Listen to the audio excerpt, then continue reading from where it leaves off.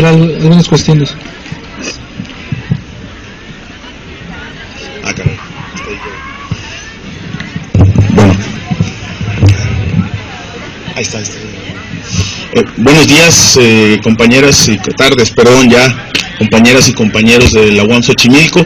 Queremos agradecerles en general pues por la invitación a estar acá y especialmente queremos agradecer a las compañeras y compañeros del Comité de Lucha UAMX que acogieron solidariamente la propuesta que les hicimos de realizar estas jornadas. Bien, mi nombre es Gustavo García y lo que vamos a hacer a continuación es que yo voy a presentar un breve contexto general, digamos, sobre qué es la autonomía y qué significa la estrategia de guerra contrainsurgente en contra de la autonomía indígena zapatista, y luego mis compañeras y compañeros van a seguir hablando de casos concretos de comunidades autónomas zapatistas de distintas zonas y regiones del territorio rebelde que se encuentran en este momento bajo asedio y que han hecho denuncias de ataques de parte de fuerzas políticas diversas. Al final queremos hacer un pequeño espacio, esperemos que quede tiempo para hacer un diálogo, un debate con quienes tengan alguna duda, algún cuestionamiento, alguna pregunta que hacer. Bien. El proyecto de autonomía y autodeterminación de los pueblos indígenas es un proyecto político que han avanzado los movimientos sociales indígenas en diversas partes del mundo, específicamente en América Latina. Esto ha tenido una gran vigencia, por lo menos desde que surgieron movimientos sociales importantes de los pueblos indígenas en los años 70, pero es en los años 90, con primero la denuncia del llamado desde arriba encuentro de dos mundos, pero llamado por los pueblos indígenas 500 años de resistencia indígena, negra y popular, que se detona una gran movilización y hay un gran debate y una actualización de la lucha por la autonomía y la autodeterminación de los pueblos indígenas, especialmente en América Latina.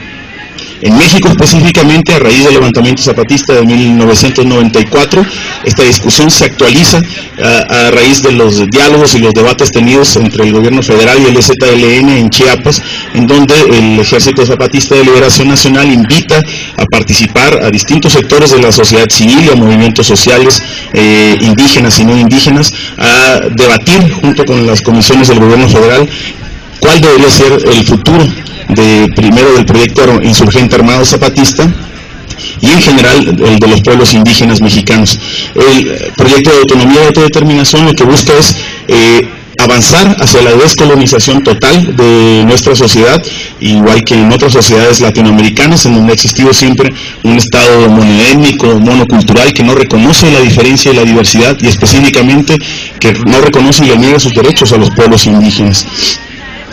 Esta lucha por descolonizar totalmente a nuestra sociedad es por supuesto una lucha por la democratización completa también de la sociedad y de la transformación de la forma del Estado mexicano. Las características de la autonomía y la autodeterminación, como se dan en Chiapas, serían como si desde finales de 1994 surgen lo que se llaman municipios rebeldes zapatistas en el territorio en conflicto en el sureste mexicano. En 1997 estos municipios rebeldes zapatistas, que se inscribían dentro de la lógica de territorios liberados por la organización insurgente armada, se empiezan a denominar ya municipios autónomos rebeldes zapatistas a raíz de la decantación y el debate y la discusión tenida en los diálogos de San Andrés Acamchen entre 1995 y 96. Entonces, desde el 97 en adelante ya se conocen en territorio zapatista los municipios autónomos rebeldes. En 2003, el piso de la autonomía y la autodeterminación da un paso más y se constituyen zonas o regiones autónomas enteras que se dividen en caracoles, más bien en juntas de buen gobierno que tienen su sede en lugares específicos llamados caracoles. Las juntas de buen gobierno son un piso elevado de la autonomía que ejerce, digamos, el gobierno o el mando en una zona, una región entera que se conforma por varios municipios autónomos rebeldes zapatistas. Las principales áreas de la autonomía y la autodeterminación son el autogobierno, ejercido directamente por los sujetos de la autonomía, es decir, los pueblos indígenas que viven y habitan en las zonas autónomas, y la salud, la educación, la justicia propia y la producción. entre otras áreas de lucha autonómica. Es decir, en las zonas de juntas de buen gobierno y caracoles zapatistas, la justicia, la educación, la salud y el gobierno producido estatalmente, venido del Estado, no funciona más, sino que los mismos pueblos indígenas, a través de su organización insignia, que es el STLN, han construido sus propias formas de autogobierno y en general de autoproducción de la vida, ¿no? En áreas tan importantes como decíamos estas que ya mencionamos. De esta forma, en el territorio rebelde zapatista se ha constituido un poder dual o una soberanía alternativa a la del Estado. Es decir, las comunidades rebeldes zapatistas, en base a su organización en el STLN, han constituido una soberanía propia, un gobierno en el que ellos son quienes dirigen los destinos de su sociedad. El principal efecto, la principal estrategia de lucha de la autonomía y la autodeterminación indígena es gestionar las tierras y los territorios de manera propia, extraerlos pues del control estatal y por supuesto autogestionar y autoproducir la vida sin depender sobre todo de las migajas que vienen del Estado o de las ayudas que son siempre condicionadas de parte de los distintos niveles de gobierno. ¿Por qué es atacada la autonomía indígena zapatista?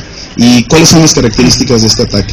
Bueno, en primer lugar, desde el primer momento del alzamiento zapatista en el 94, se implementa una estrategia contrainsurgente que utiliza lo que podemos llamar de dos maneras: una guerra de baja intensidad o una guerra integral de desgaste en contra de las comunidades rebeldes zapatistas. En una primera etapa, esta guerra de baja intensidad, digamos del 96 hasta el 99 aproximadamente, se manifiesta con ataques directos de cuerpos del aparato de seguridad estatal, sea policías estatales, municipales o federales, o ataques del Ejército Federal Mexicano directamente. Y después también se constituyen grupos de civiles armados a instancias, a iniciativa de los gobiernos, de los distintos niveles del gobierno, sobre todo el gobierno federal. Estas instancias, que son llamados también grupos paramilitares, se forman por el apoyo, el entrenamiento y el financiamiento de los aparatos de seguridad estatal y de los aparatos de gobierno. Así surgen organizaciones como Paz y Justicia, los Chinchulines o Máscara Roja. En una segunda etapa de guerra integral de desgaste, digamos que es del año 2003, del surgimiento de los caracoles y las juntas de buen gobierno como un piso mayor del gobierno autónomo zapatista, se da una lucha por la tierra y el territorio, y los ataques contra las comunidades zapatistas se manifiestan sobre todo en despojo de tierras y territorio, y se utiliza como instrumento de ataque por parte de los distintos niveles de gobierno a las políticas sociales de combate a la pobreza, a las políticas de infraestructura y políticas de créditos, entre otras, ¿no? Políticas sociales en general promovidas por el Estado. Las fuerzas atacantes en esta instancia ya no son, digamos, porque han pedido prestigio las antiguas organizaciones paramilitares, y se forman nuevas instancias de ataque. En este momento están representadas sobre todo por los partidos políticos, militantes de partidos políticos, todos los del espectro político que existen en México: PRI, PRD, Partido Verde, Partido Acción Nacional, entre otros, y antiguas organizaciones campesinas históricas de Chiapas que también están disputando la tierra y el territorio de las comunidades zapatistas, como la Ciudad Histórica, la Horcao, entre otras. El contexto del ataque a las comunidades zapatistas es la guerra generalizada contra el pueblo mexicano implementada por el gobierno de Felipe Calderón, o agravada, digamos, desde el gobierno de Felipe Calderón de 2006 en adelante. La imposición ahora, después de las elecciones fraudulentas de 2012, y el graduamiento de la segunda fase neoliberal capitalista con el gobierno de Enrique Peña Nieto, y la ilegalización de la lucha social, el cercamiento y la represión a los movimientos sociales. La autonomía indígena zapatista implica establecer un poder dual que le disputa la soberanía, le disputa la legitimidad al Estado mexicano, un Estado que se encuentra en un momento de descomposición casi absoluta y de ruptura del tejido social, y eso significa una afrenta y un desafío al tipo de dominación existente en nuestro país. Por eso es tan importante conocer esta experiencia. Bien, un saludo, compañeras, compañeros. En mi caso me toca hablar un poco sobre mi experiencia en el Caracol de la Realidad, el Caracol 1. Para contextualizar un poco de lo que estoy hablando, quisiera decirles, compartirles que el lanzamiento zapatista, sobre todo y principalmente, deriva de la injusticia, de la represión, de la marginación, pero sobre todo el hecho de que los niños en el año de principios de los 90 no llegaban a los 5 años, un gran porcentaje de estos niños de las bases zapatistas, y eso vino a culminar en el hecho de que las mujeres, principalmente las madres, fueron las que empezaron a correr esta voz, esta situación de angustia, de decir que ya había que hacer algo, que ya era necesario que se acabara el sufrimiento, y que eso tuvo un empuje muy fuerte en las discusiones y a la hora de decidir cuál era el siguiente paso. Para 1994, bueno, habría que decir que en el estado de Chiapas fueron más de 6,000 los combatientes que participaron en este alzamiento en las distintas regiones a donde hicieron los combates los compañeros y compañeras. Para posteriormente yo tendría que hablar mi experiencia personal. Hasta 1999 es cuando asistimos por primera vez a un encuentro que nos convoca la comandancia del EZ, a lo que en ese entonces estaba conocido como las coordinadoras zapatistas regionales, que estábamos promoviendo y que organizamos lo que se llamó la consulta por los derechos y la cultura indígena. Habría que decirles, compañeras y compañeros, que en esa ocasión tú llegas a San Cristóbal de las Casas y bueno, pues es cuando vas por primera vez a un lugar desconocido y además un lugar muy bonito, bueno, pues te llevas una impresión muy grata y avanzas hacia las Margaritas, que está a algunas horas de distancia de ahí, y bueno, todavía no sientes ninguna tensión, porque bueno, si ves pasar junto a ti a los convoys de militares y ves los aviones, los helicópteros, las tanquetas apostadas junto al camino, pero pues están circulando vehículos, autobuses, y bueno, eso te da cierta tranquilidad. Pero una vez que llegas a las Margaritas y te empiezas a internar a la sierra, a la selva, pues estás totalmente solo, ¿no? Y bueno, empiezas a pasar el primer retén militar, y el siguiente, y de repente dices, ah, caray, pues ¿qué hago aquí, no? Sí, fue una situación tensa. En varias ocasiones nos tocó, por ejemplo,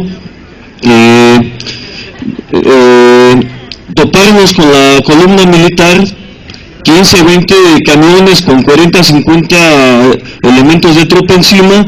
Alguna vez nos detuvieron, se bajaron ellos, cortaron cartucho y nos apuntaron, ¿no? Y es una cuestión estremecedora, porque estás en medio de la selva, no hay comunicación de ninguna manera con nadie más que los monos y los animales de por ahí, y bueno, es una situación muy estremecedora, pues. Cuando llegamos al Caracol, en la realidad en ese entonces, bueno, es una comunidad internada en la selva, pues. Es una comunidad muy bonita, que está cruzada por 2 ríos, y en esa ocasión, bueno, pues era muy contrastante, ¿no? El hecho de ver cómo los militares, a pesar de la terracería, de las horas que atraviesan por los caminos fangosos, tienen muy limpias las unidades, uniforme muy bonito, bien planchadito, y llegas a la comunidad y encuentras a los niños, principalmente, que son los primeros que te dan la bienvenida, a los primeros que se asoman, pues en una situación así de pues su ropita rota, principalmente sucia. El aspecto de estos niños, la primera impresión era de que eran pues muy flaquitos, con su pancita, bueno, muy crecido su vientre, pues por las cuestiones gastrointestinales.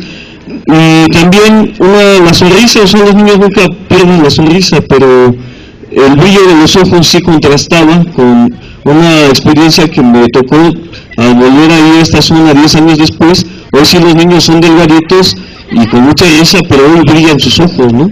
Brillan sus ojos, y esa fuerza o ese brillo te transmite la fuerza, la alegría, la seguridad de lo que ellos están viviendo en su comunidad. Bien, hablar del Caracol de la realidad, en este caso para mí es trascendental, porque es a donde más he podido participar. nos tocó estar en distintas acciones, apoyo y solidaridad, pues en medio de una situación de guerra, a donde efectivamente llegan los milicos y se ponen frente a ti y te apuntan pues, con las ametralladoras, desde las tanquetas, los helicópteros te intimidan, ¿no? Eso hoy parece ser que ha cambiado en ese sentido, pues, pero las agresiones a las comunidades siguen siendo y los militares siguen ahí en las comunidades. No se han ido, constantemente hay relevo, constantemente la tropa a nivel nacional llega, entra y hace reconocimiento del terreno, y eso significa pues que están en situación de guerra las compañeras y compañeros. Son muchos años de desgaste a los que se han enfrentado las bases de apoyo, y bueno, esa es una constante general en el estado de Chiapas, ¿no? Más allá de que como en la Ciudad de México no hay trabajo, como en la Ciudad de México hay injusticias, hay violaciones de parte de las fuerzas represivas, bueno, aparte de eso los compañeros soportan, tienen encima toda esa situación de los ataques, de las agresiones de los grupos paramilitares y de los propios militares en sí. Bien, me voy a concentrar en el tema que a mí me toca. Yo tendría que decir que estuve el año pasado en la realidad. La intención era visitar algunas comunidades que los compañeros habían denunciado el hecho de que estaban siendo agredidos compañeros bases de apoyo.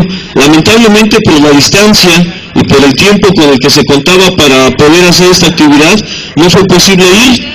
Lo que sucedió es que los representantes de las comunidades que se concentran en este caracol de la realidad, pues ellos nos dieron la información de lo que estaba sucediendo. Brevemente les comentaré que, por ejemplo, en una comunidad pegada a la costa de Chiapas, hay una familia de compañeros bases de apoyo. Los compañeros tienen su cafetal, por no acceder o por no aceptar, renunciar a hacer bases de apoyo como se le estaba exigiendo el ejido de esta comunidad, las autoridades ejidales, a los compañeros empezaron a entrar de noche y romper las matas de café, y posteriormente ya no las rompían, sino que se metían y robaban la producción de los compañeros, la vendían y no les daban ninguna retribución, y de manera constante estaban intimidándolos pues para que se desalojaran de la comunidad, cosa que los compañeros no estuvieron de acuerdo y se mantienen pues los compañeros resistiendo en este sentido, en ese ejido. Pero no solamente es una situación de que los compañeros sufren agresiones constantemente. Ahorita brevemente también mencionaría una muy reciente, pero para que pueda alcanzar a ocupar mi tiempo tendría que decir que el avance que han tenido los compañeros en cuanto a salud, educación y agroecología, para mí se me hace muy importante, ya que desde el alzamiento y desde antes los compañeros nunca han aceptado un peso del gobierno federal ni del estatal. Todo ha sido gracias al apoyo solidario, consciente de la gente, como ustedes, como nosotros, que escuchamos la palabra de nuestros iguales y entendemos su lucha y de manera solidaria depositamos un peso, ¿no?, al botecito, 50 centavos, lo que tenemos a la mano. Con eso las compañeras y compañeros han construido sus propios proyectos sin buscar la asesoría del Bester Gordillo ni del secretario de Salud, de ninguno de esos tipos nefastos. Por el contrario, las compañeras y compañeros han privilegiado en sus comunidades primero rescatar la cuestión de la cultura, su identidad, la cuestión esta de su entorno.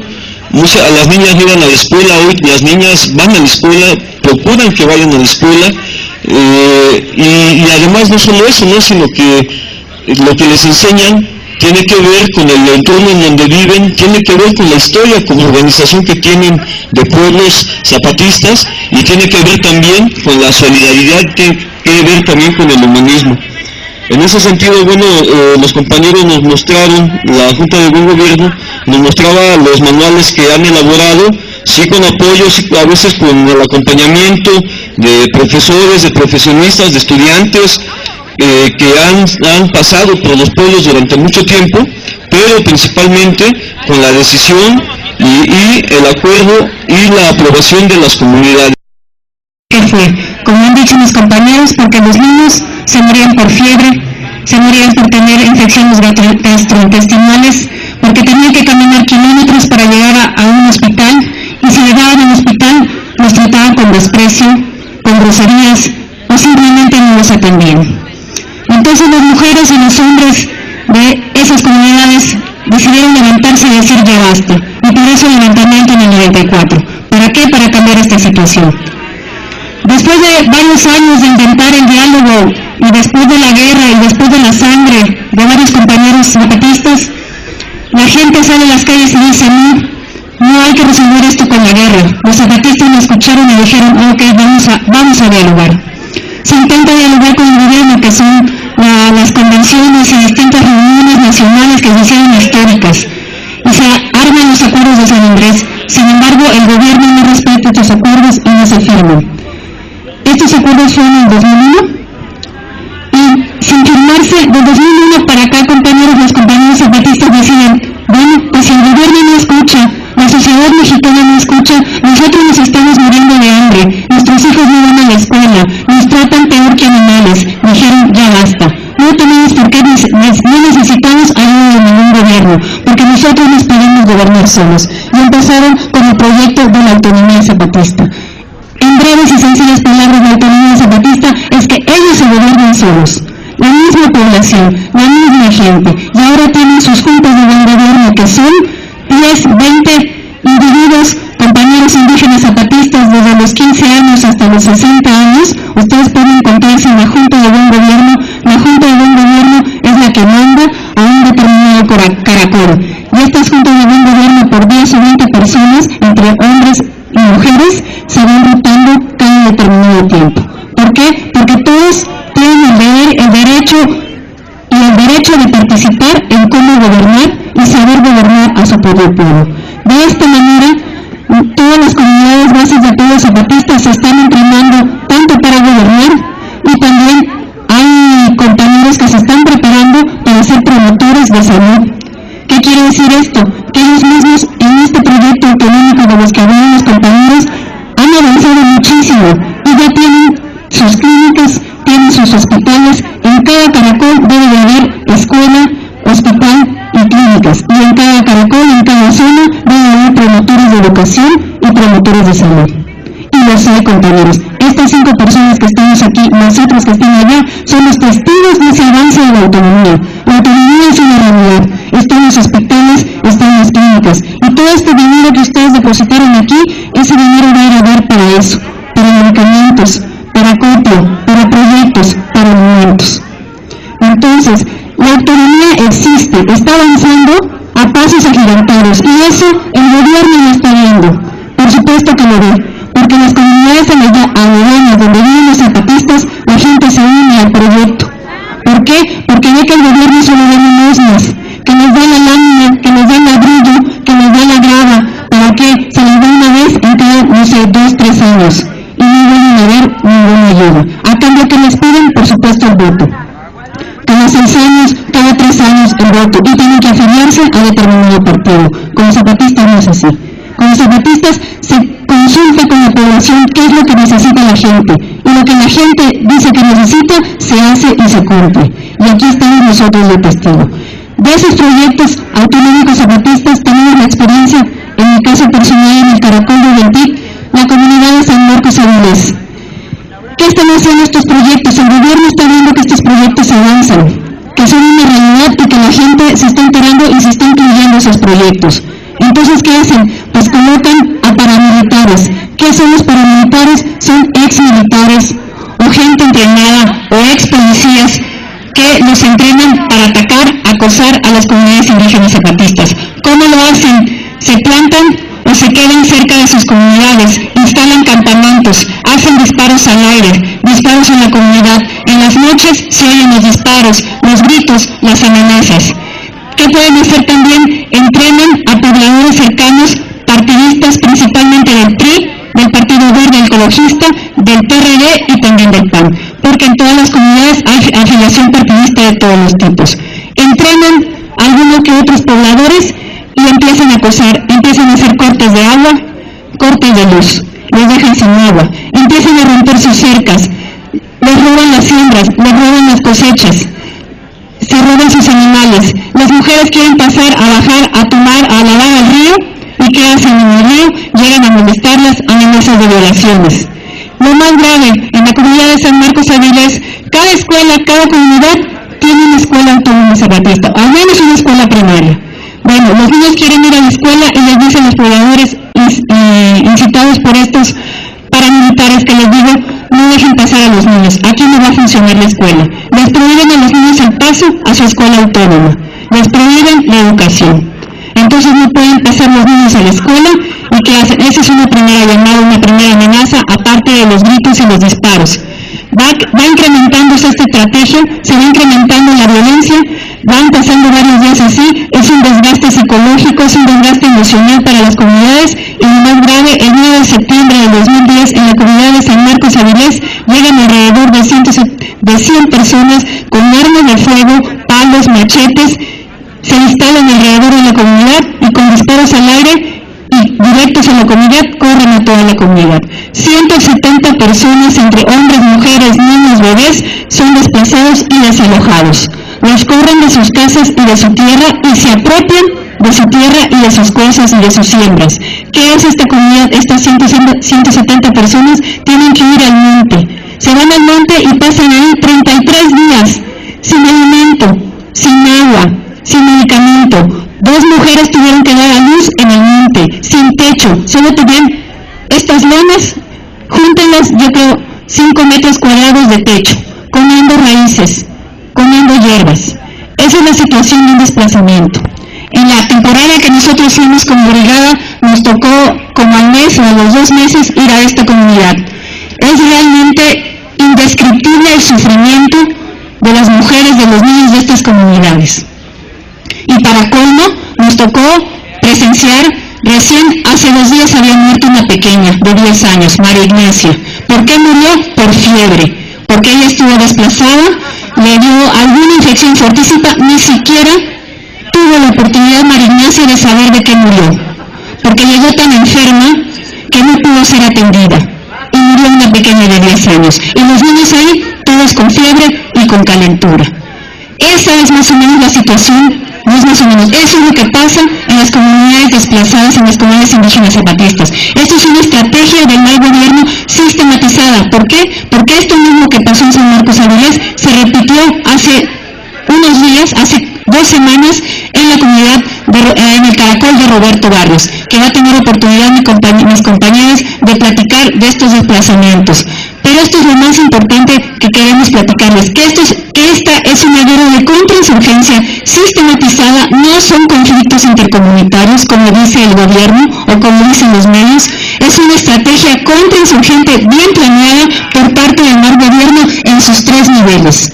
Quiero decir que el gobernador del estado de Chiapas, Juan Salinas, está perfectamente enterado porque los presidentes municipales saben muy bien de todas estas situaciones. Y si el gobernador está enterado de Chiapas, el gobernador de Chiapas está enterado, ¿ustedes creen que Felipe Calderón no está enterado? Y que el Estado Mayor Presidencial y que la Sedena, todos están enterados y están de acuerdo y avalan esos ataques.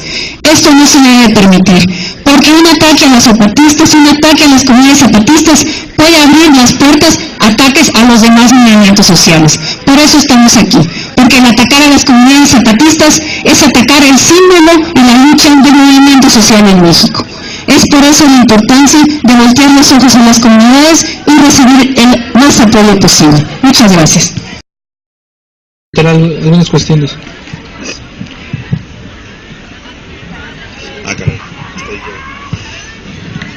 Bueno, ahí está. Buenos días, compañeras y tardes, perdón, ya, compañeras y compañeros de la UAM Xochimilco. Queremos agradecerles en general, pues, por la invitación a estar acá y especialmente queremos agradecer a las compañeras y compañeros del Comité de Lucha UAMX que acogieron solidariamente la propuesta que se les hizo, que les hicimos, de realizar estas jornadas. Bien, mi nombre es Gustavo García y lo que vamos a hacer a continuación es que yo voy a presentar un breve contexto general, digamos, sobre qué es la autonomía, y qué significa la estrategia de guerra contrainsurgente en contra de la autonomía indígena zapatista, y luego mis compañeras y compañeros van a seguir hablando de casos que se detona una gran movilización y hay un gran debate y una actualización de la lucha por la autonomía y la autodeterminación de los pueblos indígenas, especialmente en América Latina. En México específicamente, a raíz del levantamiento zapatista de 1994, esta discusión se actualiza a raíz de los diálogos y los debates tenidos entre el gobierno federal y el EZLN en Chiapas, en donde el Ejército Zapatista de Liberación Nacional invita a participar a distintos sectores de la sociedad civil y a movimientos sociales indígenas y no indígenas, a debatir junto con las comisiones del gobierno federal cuál debería ser el futuro primero del proyecto insurgente armado zapatista y en general el de los pueblos indígenas mexicanos. El proyecto de autonomía y autodeterminación lo que busca es avanzar hacia la descolonización total de nuestra sociedad, igual que en otras sociedades latinoamericanas, en donde ha existido siempre un estado monoétnico, monocultural, que no reconoce la diferencia y la diversidad, y específicamente en 2003 el piso de la autonomía y la autodeterminación da un paso más y se constituyen zonas o regiones autónomas enteras que se dividen en caracoles, más bien en juntas de buen gobierno que tienen su sede en lugares específicos llamados caracoles. Las juntas de buen gobierno son un piso elevado de la autonomía que ejerce, digamos, el gobierno o el mando en una zona, una región entera que se conforma por varios municipios autónomos rebeldes zapatistas. Las principales áreas de la autonomía y la autodeterminación son el autogobierno, ejercido directamente por los sujetos de la autonomía, es decir, los pueblos indígenas que viven y habitan en las zonas autónomas, y la salud, la educación, la justicia propia y la producción, entre otras áreas de lucha autonómica.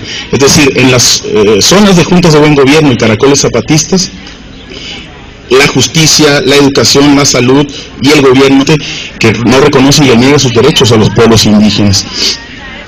Esta lucha por descolonizar totalmente a nuestra sociedad es, por supuesto, una lucha por la democratización completa también de la sociedad y de la transformación de la forma del Estado mexicano. Las características de la autonomía y la autodeterminación, como se dan en Chiapas, serían como si desde finales de 1994 surgen lo que se llaman municipios rebeldes zapatistas en el territorio en conflicto en el sureste mexicano. En 1997 estos municipios rebeldes zapatistas, que se inscribían dentro de la lógica de territorios liberados por la organización insurgente armada, se empiezan a denominar ya municipios autónomos rebeldes zapatistas a raíz de la decantación y el debate y la discusión tenida en los diálogos de San Andrés Acamchen entre 1995 y 96.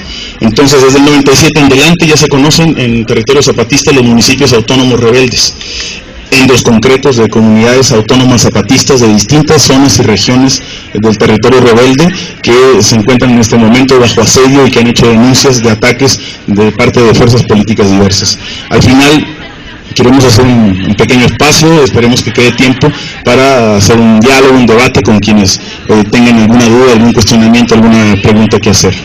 Bien, el proyecto de autonomía y autodeterminación de los pueblos indígenas es un proyecto político que han avanzado los movimientos sociales indígenas en diversas partes del mundo, específicamente en América Latina.